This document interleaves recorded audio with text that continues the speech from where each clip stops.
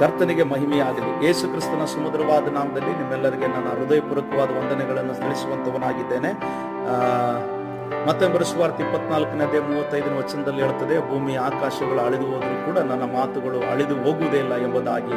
ಹೌದು ಪ್ರೀತಿಯ ದೇವಜನರೇ, ಈ ದಿನ ನಾನು ಅಳಿಯದಿರುವಂತ ಮಾತುಗಳ ಬಗ್ಗೆ, ಜೀವವುಳ್ಳ ಮಾತುಗಳ ಬಗ್ಗೆ ನಿಮ್ಮ ಮಧ್ಯದಲ್ಲಿ ನಾನು ಕ್ಲುಪ್ತ ಸಂದೇಶದ ಮುಖಾಂತರವಾಗಿ ನಾನು ಮಾತನಾಡುವಂತವನಾಗಿದ್ದೇನೆ.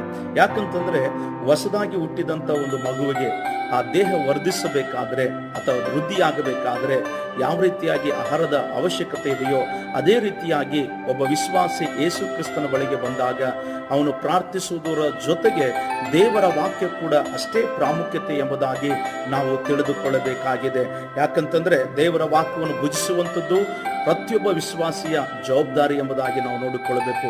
ಯಾಕಂದ್ರೆ ದೇವರ ವಾಕ್ಯದಲ್ಲಿ ಕಾಣುತ್ತೇವೆ, ನಾವು 3 ವಿಷಯಗಳನ್ನು ನಾನು ನಿಮ್ಮ ಮಧ್ಯದಲ್ಲಿ ಹೇಳಲಿಕ್ಕೆ ಇಷ್ಟಪಡುತ್ತೇನೆ. ದೇವರ ವಾಕ್ಯವನ್ನು ಮೊದಲನೇದಾಗಿ ನಾವು ತಿಳಿದುಕೊಳ್ಳಬೇಕಾಗಿದೆ. ದೇವರ ವಾಕ್ಯವನ್ನು ಸ್ವಾಧೀನಪಡಿಸಿಕೊಳ್ಳಬೇಕಾಗಿದೆ ಅಥವಾ ಅದನ್ನು ಹೊಂದಿಕೊಳ್ಳಬೇಕಾಗಿದೆ. ದೇವರ ವಾಕ್ಯವನ್ನು ಅಳವಡಿಸಿಕೊಳ್ಳಬೇಕು ಅಥವಾ ಅದರ ಪ್ರಕಾರ ನಾವು ನಡೆಯಬೇಕು, ಜೀವಿಸಬೇಕು. ಅದಕ್ಕಾಗಿ ಸತ್ಯವೇದವನ್ನು ನಾವು ಚೆನ್ನಾಗಿ ನಾವು ಓದುವಂಥವರಾಗಿರ್ಬೇಕು ಅಥವಾ ಧ್ಯಾನಿಸುವಂಥವರಾಗಿರ್ಬೇಕು. ನೋಡ್ರಿ, ನಾನು 5 ವಿಷಯಗಳನ್ನು ಹೇಳಿ ನಾನು ಮುಗಿಸಲಿಕ್ಕಿದ್ದೇನೆ. ಯಾಕಂದ್ರೆ ಸತ್ಯವೇದವನ್ನು ತಿಳಿದುಕೊಳ್ಳಬೇಕಾಗಿರುವಂತ 5 ಏನಂತಂದ್ರೆ ಬಗೆಗಳು ಅಥವಾ ಒಂದು ಏನಂದ್ರೆ ತತ್ವಗಳನ್ನು ಕೂಡ ನಾನು ನಿಮ್ಮ ಮಧ್ಯದಲ್ಲಿ ಹಂಚಲಿಕ್ಕಿದ್ದೇನೆ. ಮೊದಲನೇದಾಗಿ ದೇವರ ವಾಕ್ಯವನ್ನು ಕೇಳಿಸಿಕೊಳ್ಳುವಂಥದ್ದು ಬಹಳ ಅವಶ್ಯಕತೆ ಇದೆ.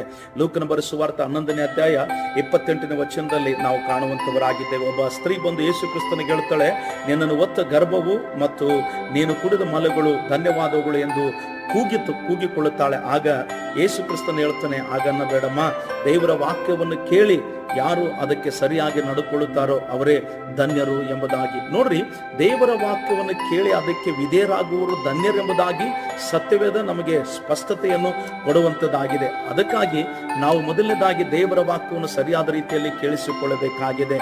ಕೇಳಿಸಿಕೊಳ್ಳುವಾಗ ದೇವರ ವಾಕ್ಯ ನಮಗೆ ಅರ್ಥವಾಗುವಂಥದ್ದಾಗಿದೆ. ಎರಡನೇದಾಗಿ ದೇವರ ವಾಕ್ಯವನ್ನು ಓದುವಂಥದ್ದು ಅವಶ್ಯಕತೆ ಇದೆ.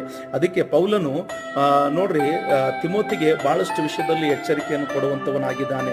ಪೌಲನನ್ನು ತೆಗೆದುಕೊಳ್ಳುವುದಾದ್ರೆ ವಾಕ್ಯ ಭಾಗವನ್ನು ಓದುವುದರ ಬಗ್ಗೆ ಹೆಚ್ಚು ಒತ್ತು ಕೊಡುತ್ತಾ ಇದ್ದಾನೆ. ಮೊದಲನೇ ತಿಮೋತಿ 4ನೇ ಅಧ್ಯಾಯ 13ನೇ ವಚನದಲ್ಲಿ ನಾವು ಇದನ್ನು ಕಾಣುತ್ತೇವೆ. ನಾನು ಬರುವ ತನಕ ವೇದ ಪಾರಾಯಣವನ್ನು, ಪ್ರಸಂಗವನ್ನು, ಉಪದೇಶವನ್ನು ಮಾಡುವುದರಲ್ಲಿ ಆಸಕ್ತನಾಗಿರು ಎಂಬುದಾಗಿ. ವೇದ ಪಾರಾಯಣವನ್ನು ಅಂದ್ರೆ ಅಲ್ಲಿ ಹೇಳ್ತಾನೆ ಪಬ್ಲಿಕ್ ರೀಡಿಂಗ್ ಆಫ್ ಸ್ಕ್ರಿಪ್ಚರ್ ಎಂಬುದಾಗಿ ಇಂಗ್ಲಿಷ್ ನಲ್ಲಿ ನಾವು ಕಾಣುವಂತವರಾಗಿದ್ದೇವೆ. ಅಂದ್ರೆ ನಾನು ಬರುವವರೆಗೂ ಅದನ್ನು ಓದುವುದರಲ್ಲಿ ಮತ್ತು ಉಪದೇಶ ಮಾಡುವುದರಲ್ಲಿ ನೀನು ಆಸಕ್ತನಾಗಿರು ಎಂಬುದಾಗಿ ಇಲ್ಲಿ ಹೇಳುವುದನ್ನು ನಾವು ಕಾಣುವಂತವರಾಗಿದ್ದೇವೆ. ಅಂದ್ರೆ ಓದುವುದು ಕೂಡ ಬಹಳ ಪ್ರಾಮುಖ್ಯತೆವಾಗಿದೆ. ಪ್ರತಿದಿನ ನಮ್ಮ ಆಧ್ಯಾತ್ಮಿಕ ಜೀವನದಲ್ಲಿ ದೇವರ ವಾಕ್ಯವನ್ನು ಯಾವ ರೀತಿ ಕೇಳುತ್ತಾ ಇದ್ದೇವೆ, ಓದುತ್ತಾ ಇದ್ದೇವೆ ಅನ್ನುವಂಥದ್ದು ಕೂಡ ನಾವು ಈ ದಿನ ನಮ್ಮನ್ನು ನಾವು ಪರೀಕ್ಷೆ ಮಾಡಿಕೊಳ್ಳೋಣ. ಮೂರನೇದಾಗಿ ದೇವರ ವಾಕ್ಯವನ್ನು ಅಭ್ಯಾಸಿಸುವುದು ಕೂಡ ನಮ್ಮ ಜೀವಿತದಲ್ಲಿ ಬಹಳ ಪ್ರಾಮುಖ್ಯತೆವಾಗಿದೆ. ಅಭ್ಯಾಸಿಸುವುದು ಅವಶ್ಯಕತೆ ಇದೆ. ಯಾಕಂತಂದ್ರೆ ಮೊದಲನೇ ತಿಮೋತಿ 2ನೇ ಅಧ್ಯಾಯ 15ನೇ ವಚನದಲ್ಲಿ ಕೂಡ ನಾವು ನೋಡುವಂತವರಾಗಿದ್ದೇವೆ. ದೇವರ ದೃಷ್ಟಿಗೆ ಯೋಗ್ಯನಾಗಿ ಕಾಣಿಸಿಕೊಳ್ಳಬೇಕು, ಅವಮಾನಕ್ಕೆ ಗುರಿಯಾಗುವ ಕೆಲಸವನ್ನು ಮಾಡದೆ ಸತ್ಯವಾಕ್ಯವನ್ನು ಸರಿಯಾಗಿ ಉಪದೇಶಿಸು ಎಂಬುದಾಗಿ ಇಲ್ಲಿ ದೇವರ ವಾಕ್ಯದಲ್ಲಿ ಕಾಣುವಂತವರಾಗಿದ್ದೇವೆ. ನೋಡ್ರಿ, ಸತ್ಯವೇದವನ್ನು ಅಧ್ಯಯನ ಮಾಡುವುದು ಅದನ್ನು ಓದುವುದಕ್ಕಿಂತ ವಿಭಿನ್ನವಾಗಿದೆ ಪ್ರೀತಿಯ ದೇವಜನರೇ. ಹಾಗಾಗಿ ನಾವು ಅಭ್ಯಾಸ ಮಾಡಿಕೊಳ್ಳಬೇಕಾಗಿರುವಂಥದ್ದು ಬಹಳ ಪ್ರಾಮುಖ್ಯತೆ. ಯಾಕಂತಂದ್ರೆ ಬೇರುಯದ ಕ್ರೈಸ್ತರನ್ನು ತೆಗೆದುಕೊಳ್ಳುವಾಗ ಅವರು ದೇವರ ವಾಕ್ಯವನ್ನು ಶ್ರದ್ಧೆಯಿಂದ ಅಭ್ಯಾಸ ಮಾಡ್ತಿದ್ರು ಮತ್ತು ಅವರು ಸಮರ್ಪಿಸಲ್ಪಟ್ಟಿದ್ರು ದೇವರ ವಾಕ್ಯದ ವಿಷಯದಲ್ಲಿ.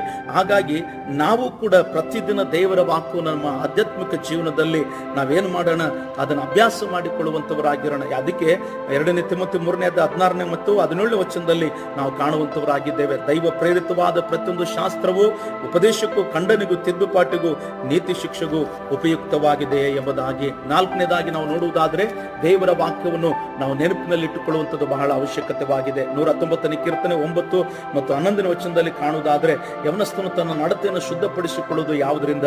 ದೇವರ ವಾಕ್ಯವನ್ನು ಗಮನಿಸಿ ನಡೆಯುವುದರಿಂದ ಎಂಬುದಾಗಿ.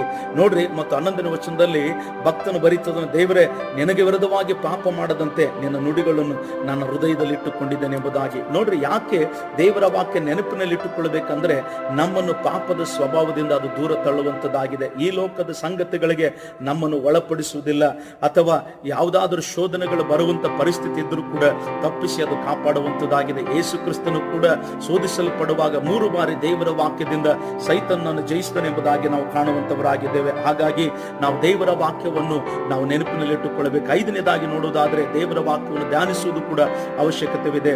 ನೋಡು, ದೇವರ ವಾಕ್ಯವನ್ನು ಎಡಬಿಡದೆ ಧ್ಯಾನಿಸಬೇಕೆಂಬುದಾಗಿ ನಾವು ಕೀರ್ತನೆ 1ನೇ ಕೀರ್ತನೆ 2 ಮತ್ತು 3ನೇ ವಚನದಲ್ಲಿ ನಾವು ಕಾಣುವಂತವರಾಗಿದ್ದೇವೆ.